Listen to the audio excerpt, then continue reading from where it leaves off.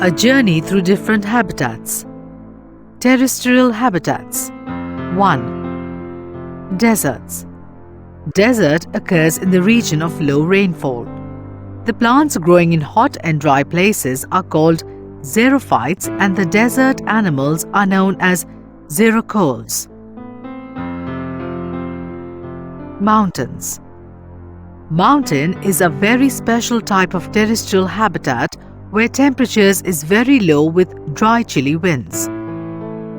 The plants such as mosses, some type of shrubs and wildflowers grow on low mountains. They grow in low clumps and therefore get protected from the wind and cold. The trees which grow on high mountains are alpine firs, pines and junipers. Animals such as Himalayan ibex, snow leopard, snow bear, etc.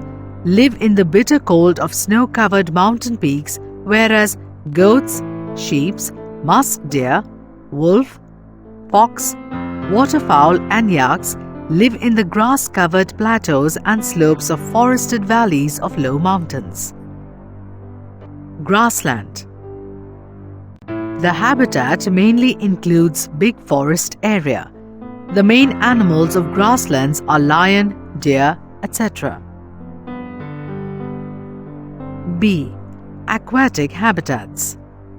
1. Oceans. Fish are adapted to live in the sea, and for this they have streamlined body. There are some sea animals like dolphins and whales that do not have gills. They breathe in air through the nostrils or blowholes that are located on the upper parts of the heads. 2. Ponds and lakes. Frogs usually have ponds as their habitat.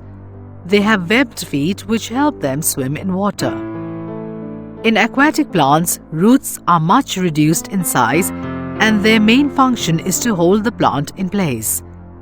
The stems of these plants are long, hollow and light.